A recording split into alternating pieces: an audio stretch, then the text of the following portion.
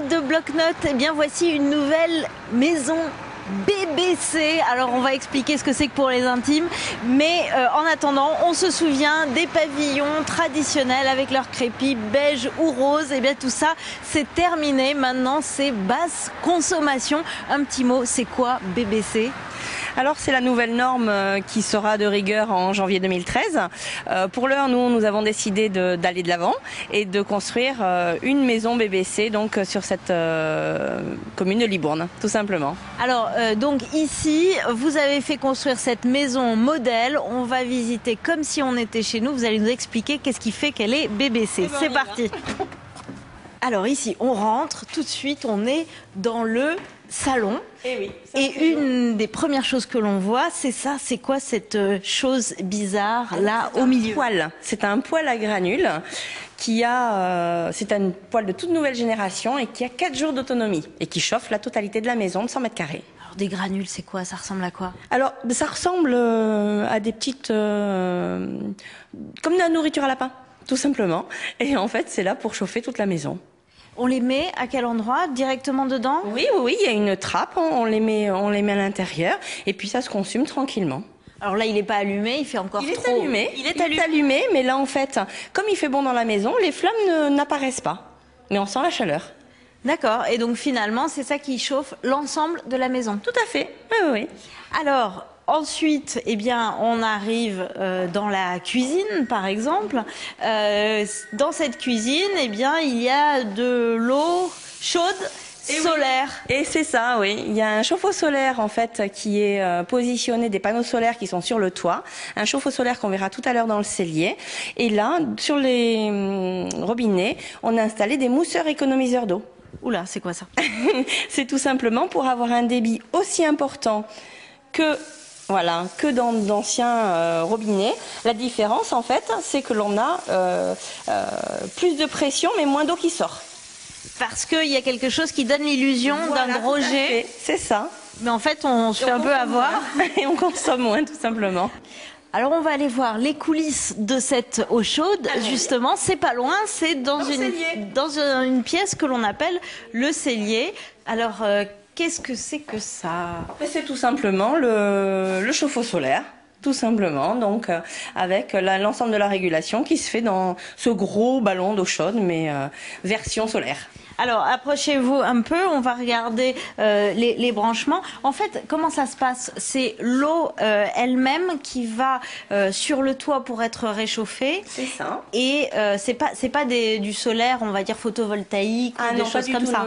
Non, c'est essentiellement les capteurs solaires qui prennent la chaleur de la journée et puis qui restituent donc dans le ballon d'eau chaude. Ce qui fait que toute la journée, on a de l'eau chaude sanitaire.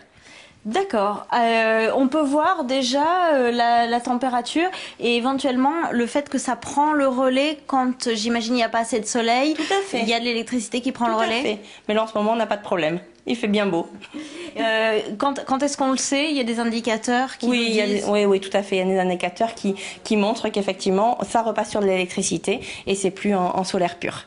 Alors, on est reparti vers les autres pièces. On peut parler, par exemple, d'un petit salon ici qui montre que la maison est modulable, en fait, parce que l'idée, c'est que les familles parfois s'agrandissent. Donc, vous proposez tout un tas de solutions différentes. Oui, en fait, cette maison, on l'a conçue donc pour une famille, donc un couple et 2 enfants. Là, dans ce modèle-ci, on l'a transformé, cette chambre-ci, on l'a transformée en coin salon, qui peut être effectivement un coin salon, un coin bibliothèque, qui peut être aussi une petite chambre d'enfant, qui peut être, selon l'évolution de la famille, quand les enfants partent, ça peut redevenir un lit d'appoint, un canapé, enfin, peu importe, selon ce qu'ont envie les gens, en fait, tout simplement. Alors, la visite ne s'arrête pas là, on est reparti. C'est quoi l'avantage d'une maison BBC ? Est-ce qu'on a une idée précise du chiffre d'économie que l'on peut réaliser grâce à une maison BBC ? On peut diminuer les consommations factures d'électricité par 5. Avec une maison BBC. Et on peut même supprimer la lumière. Là, il y a un puits de jour, c'est ça ? C'est ça, un puits de lumière qui permet effectivement de donner de la luminosité sans avoir les lumières allumées dans la maison. Alors c'est vrai, on rallume pour le côté un peu soleil. Hein. C'est vrai que ça donne une idée d'une maison qui est un peu la maison d'avenir avec toutes les technologies.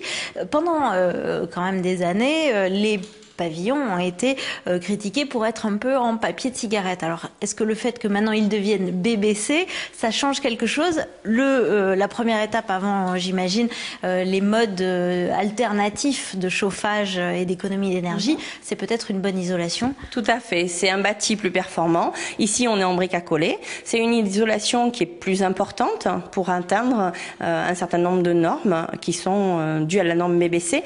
Il y a aussi le côté ensoleillement naturel de la maison. Aujourd'hui, on a tendance à de plus en plus mieux positionner les maisons, c'est-à-dire qu'on va se mettre sur un cadran sud-est-sud-ouest pour mieux positionner la maison directement par rapport aux apports solaires naturels. D'accord. Alors du coup, on voit effectivement pas mal de baies vitrées qui doivent être orientées au sud, c'est ça? Idéalement, oui, sud-sud-ouest.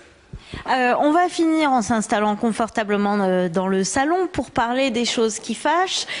Dites-moi un peu combien ça coûte une maison comme celle-ci, donc une maison BBC. Ça coûte plus cher que ce qui était prévu à l'origine pour ces fameux pavillons. Alors oui, et puis ça fâche pas d'ailleurs, puisqu'aujourd'hui on a quand même des clients qui partent sur ce système donc constructif, donc de maison basse consommation.